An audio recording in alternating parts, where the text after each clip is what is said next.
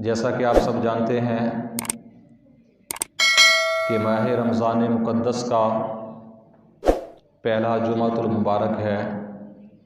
اللہ تعالیٰ نے ہم سب کو زندگی کے اندر ایک اور موقع عطا فرمایا ہے کہ ہم اس ماہ مقدس کی جو برکتیں ہیں وہ سمیٹ سکیں اور اس ماہ مقدس کا ادب و احترام کر کے اپنے ایمان کو کامل بنا سکیں۔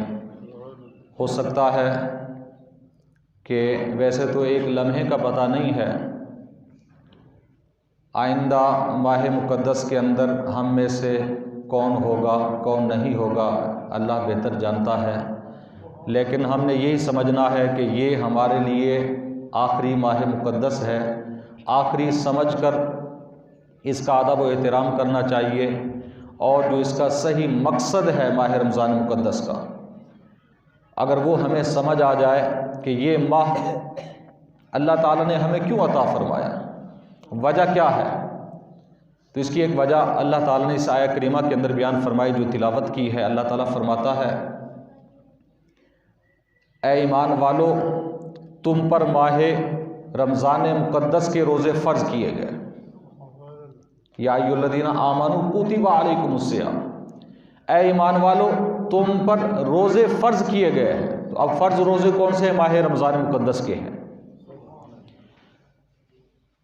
اللہ تعالیٰ فرماتا ہے، کیا یہ تم پر فرض ہیں خالی، ایمان والوں پر ہی خالی فرض ہیں؟ بلکہ اللہ تعالیٰ نے فرمایا کہ جیسا کہ گزشتہ امتوں پر روزے فرض کیے گئے تھے اسی طرح تم پر فرض کیے گئے۔ یعنی یہ عبادت ایسی ہے کہ یہ خاص ہمارے ساتھ نہیں ہے، بلکہ یہ وہ عبادت ہے روزہ کہ اللہ تبارک و تعالیٰ نے حضرت آدم علیہ السلام سے لے کر حضرت عیسیٰ علیہ السلام تک تمام انبیاء کی امتوں پر یہ روزے فرض کیے تھے۔ تمام امتوں کو یہ تحفہ اللہ نے دیا تھا، لیکن کچھ چیزوں کے اندر فرق ضرور ہے کہ اس وقت کا روزہ وقت کی تبدیلی کے ساتھ کچھ اور چیزیں بھی ہیں کہ پہلی امتوں کے اندر، سابقہ امتوں کے اندر روزہ کچھ اور انداز میں ہوتا تھا، اب کچھ اور انداز میں ہے، لیکن بہرحال روزہ فرض تھا۔ تو یہاں پر ایک بات بتاتا چلوں